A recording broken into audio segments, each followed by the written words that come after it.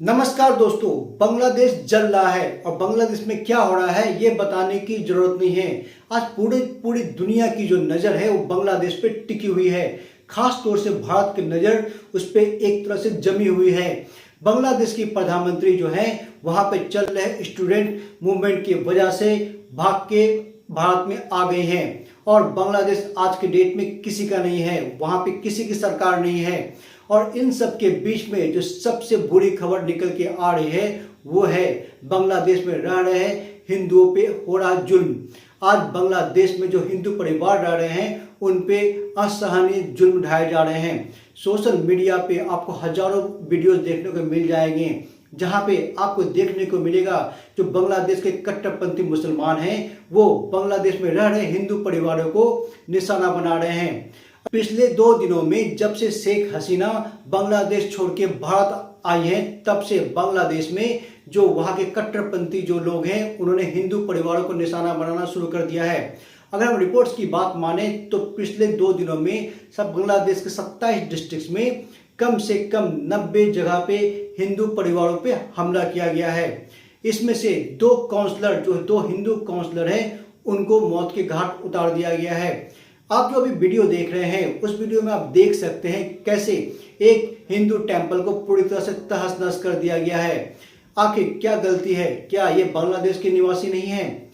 एक बहुत बड़ी चिंता का सबक बनता जा रहा है बांग्लादेश, खासतौर से उन हिंदुओं के लिए जो वहां पे रह रहे हैं। अब आप ये दूसरा वीडियो देखिए जहां पे एक जो महिला है वो बता रही है कि कैसे जो लोग हैं वो उनके घरों में घुस रहे हैं, पत्थर फेंक रहे हैं। काफी डरावना माहौल बन चुका है बांग्लादेश में। आखिर ऐसा क्यों हो रहा है? क्या बांग्लादेश सिर्फ मुसलमानों का देश है? क्या वहाँ हिंदू नहीं रह सकते? यहाँ पे सबसे बड़ा सवाल निकल के ये आ रहा है कि आखिर बांग्लादेश में हिंदुओं को टारगेट क्यों किया जा रहा है? उनकी क्या गलती है? आखिर हिंदुओं को बांग्लादेश में टारगेट क्यों किया जा रहा है? इसकी क्या वजह है? जब पिछले महीने छात्र आंदोलन शुरू हुआ तो उनकी डिमांड थी कि जो कोटा सिस्टम है फ्रीडम फाइटर्स के लिए उनको खत्म कर दिया जाए। 21 जुलाई 2024 को ये जो कोटा सिस्टम था सुप्रीम कोर्ट के द्वारा खत्म कर दिया गया, फिर भी मूवमेंट नहीं रुका। देन उनकी दूसरी डिमांड निकल के आती है कि अब वो पीएम शेख हसीना को अपने पद से हटा देंगे। 5 अगस्त 2024 को छात्रों की ये भी मुराद पूरी हो जाती है और प्राइम मिनिस्टर शेख हसीना जो है वो बांग्लादेश छोड़ के भाग जाती हैं और भारत में आके शरण ले लेती हैं। पर इसके बाद तो आंदोलन रुक जाना चाहिए था, नहीं, इसके बाद कुछ और ब्लंडर हो जाता है और इसके बाद जो टारगेट में आते हैं वो वहां पे हैं हिंदू माइनॉरिटीज पीपुल, मतलब वहां के हिंदू परिवारों को निशाना बनाया जाता है। शेख हसीना जब भाग के भारत आती हैं तो इस बात को जोड़ा जाता है कि भारत जो है शेख हसीना की मदद कर रही है और इसलिए वहां पे जो हिंदू परिवार हैं उनको टारगेट किया जा रहा है। वो उनको बोला जा रहा है कि आप इस देश को छोड़ के चले जाइए और आप भारत में जाके अपना नया घर बना लीजिए। बट क्या ये मुमकिन है? एक जो परिवार है जो सदियों से बांग्लादेश में रहते हुए आया है वो बांग्लादेश आखिर क्यों छोड़े? आपने सोशल मीडिया पर ढेरों वीडियोस देखे होंगे जहां पे बहुत सारी बांग्लादेशी लड़कियों के वीडियो वायरल हो रहे हैं जहां पे वो बता रही हैं कि कैसे वहां पे जो लड़कियां हैं उनका गैंग रेप किया जा रहा है। आखिर ये कब तक चलेगा? ये कब तक रुकेगा? कोई नहीं जानता। वो जो हिंदू परिवार हैं बांग्लादेश में वो काफी दहशत के साए में जी रहे हैं। अब एक बार ये समझते हैं कि आखिर बांग्लादेश में कितने हिंदू परिवार रहते हैं। बांग्लादेश की जो पूरी पॉपुलेशन है आज के तारीख में 17 करोड़ से ज्यादा है और उसमें जो है 8% जो है हिंदू आबादी है। बांग्लादेश में जो हिंदू आबादी है वो दूसरी सबसे बड़ी आबादी है। अगर हम एग्जैक्ट फिगर की बात करते हैं तो बांग्लादेश की आबादी में 1 करोड़ 41 लाख जो है हिंदू परिवार वहां पे रहते हैं। अब हम आपको एक शॉकिंग सच दिखाते हैं। 1971 में जब बांग्लादेश आजाद हुआ था उस वक्त हिंदुओं की जो आबादी थी बांग्लादेश में 22% थी, जो आज के डेट में घट के सिर्फ 8% रह गई है। जबकि मुसलमानों की आबादी 1971 में जब बांग्लादेश आजाद हुआ था 76% थी, जो आज के डेट में बढ़ के 91% हो गई है। आखिर ऐसा कैसे हो गया कि हिंदुओं की आबादी 22 से घट के 8% हो गई, जबकि मुसलमानों की आबादी 76 से घट के 91% हो गई। इसका सीधा सीधा मतलब निकल कर ये आता है कि बांग्लादेश में बांग्लादेश की आज़ादी के बाद से ही हिंदुओं पर लगातार अत्याचार किए जा रहे हैं। उनका मास जो धर्म परिवर्तन है वो कराया जा रहा है। रिपोर्ट्स की बात माने तो बांग्लादेश में हर साल 2,30,000 जो लोग हैं वो बांग्लादेश छोड़ के चले जाते हैं।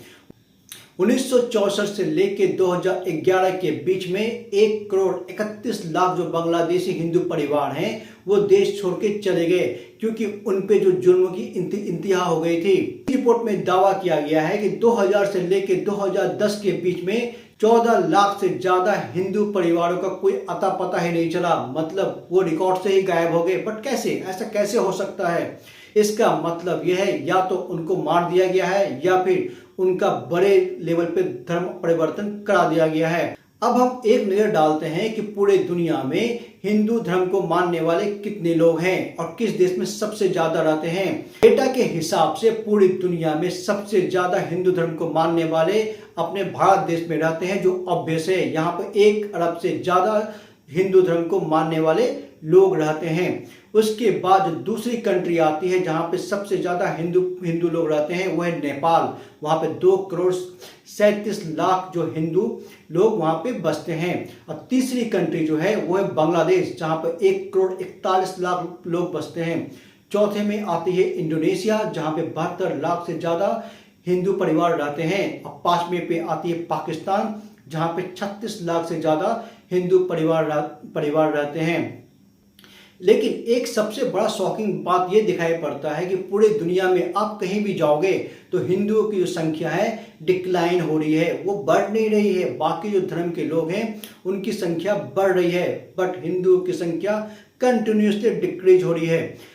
अगर हम भारत की बात लेते हैं तो 1951 में भारत में पूरी जनसंख्या का 86% जो है हिंदू आबादी हुआ करती थी, लेकिन आज के डेट में हिंदू आबादी जो है 79% है, मतलब 80% से भी कम है। और उनमें सडन जो है वो 6% का जो है ड्रॉप देखने को मिला है।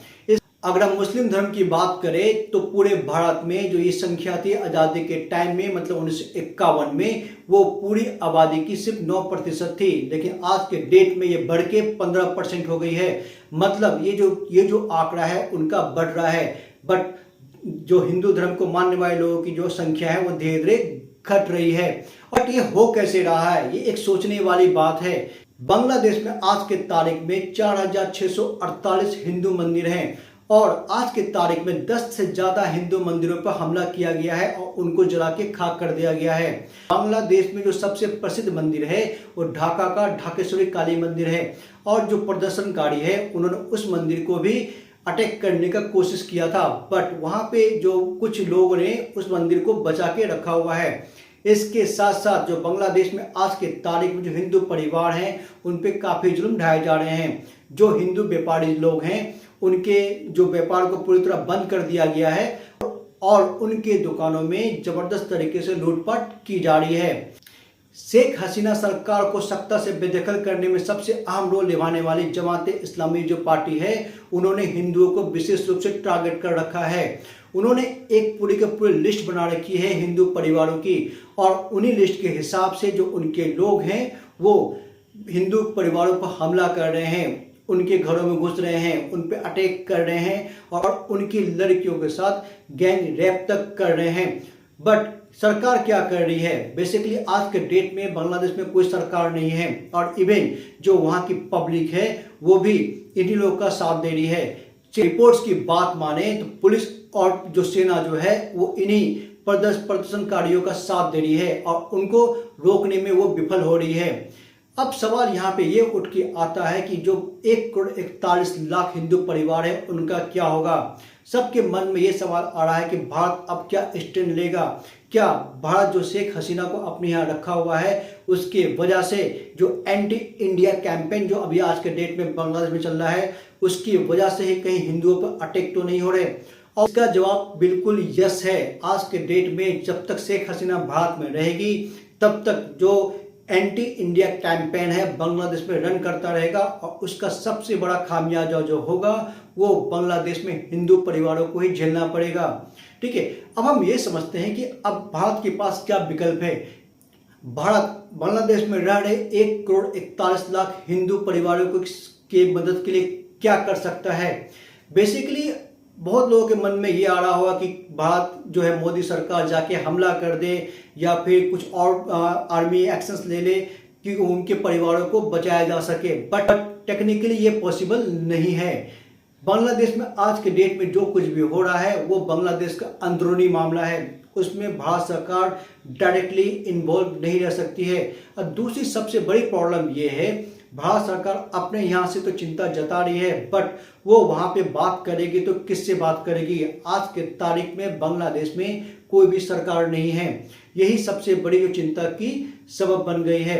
और दूसरा सबसे इम्पोर्टेंट फैक्टर जो ये आ रहा है, जो अब जो बांग्लादेश में नई सरकार बनेगी वो बनेगी बेगम खालिदा जिया की, और बेगम खालिदा जिया जो है वो एंटी इंडिया सपोर्टर है, मतलब वो भारत को बिल्कुल भी पसंद नहीं करती है। अब सबसे बड़ा सवाल यहाँ पे ये निकल के आता है कि क्या भारत जो है उन 1 करोड़ से ज्यादा हिंदू परिवारों को मरने के लिए छोड़ देगा। तो बिल्कुल भी नहीं, ऐसा कुछ भी नहीं होने वाला है। शेख हसीना के रहते हुए ये जरूर बात थी कि भारत और बांग्लादेश का जो रिश्ता था वो बहुत ज्यादा मजबूत था। शेख हसीना के शासनकाल में भारत ने जो अपना ईस्टर्न जो स्टेट्स की जो बाउंड्रीज थी उनको काफी सेव कर रखा था। शेख हसीना ने बांग्लादेश में रह रहे कई सारे आतंकवादी कैंपों को नष्ट करवा दिया था और बहुत सारे आतंकवादियों को भारत को सौंप दिया था, जिससे भारत का जो नॉर्दर्न स्टेट था जो बांग्लादेश की सीमा से सट रहे थे वो काफी सेफ हो गया था।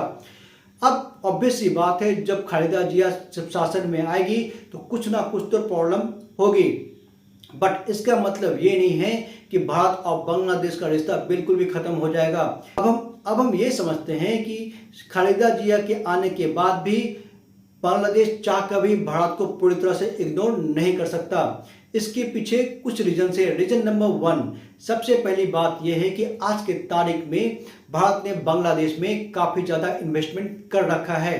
2022-23 के आंकड़ों की बात करें, भारत और बांग्लादेश का जो व्यापार है वो 15.6 बिलियन का है और भारत ने बांग्लादेश के रोड प्रोजेक्ट पे, ब्रिज प्रोजेक्ट पे हजारों लाखों करोड़ रुपए का इन्वेस्ट किया हुआ है। बांग्लादेश में 11,000 से ज्यादा मेगावाट जो बिजली जाती है वो भारत ही देता है। अब अगर भारत इन सब चीजों को रोक देता है तो बांग्लादेश घुटनों पे आ जाएगा। बांग्लादेश चाह के भी चीन के पास नहीं जा सकता है। चीन जो है बांग्लादेश को बहुत ज्यादा कर्ज दे चुका है। अब और अगर वो ज्यादा कर्ज देते हैं तो बांग्लादेश चीन के चंगुल में फंस जाएगा। तो इसका मतलब साफ साफ है, अगर बांग्लादेश चाह भी ले तो भारत का साथ नहीं छोड़ सकता है। खालिदा जिया चाह भी ले तो भी उनको भारत के साथ रिश्ता बना के रखना ही पड़ेगा।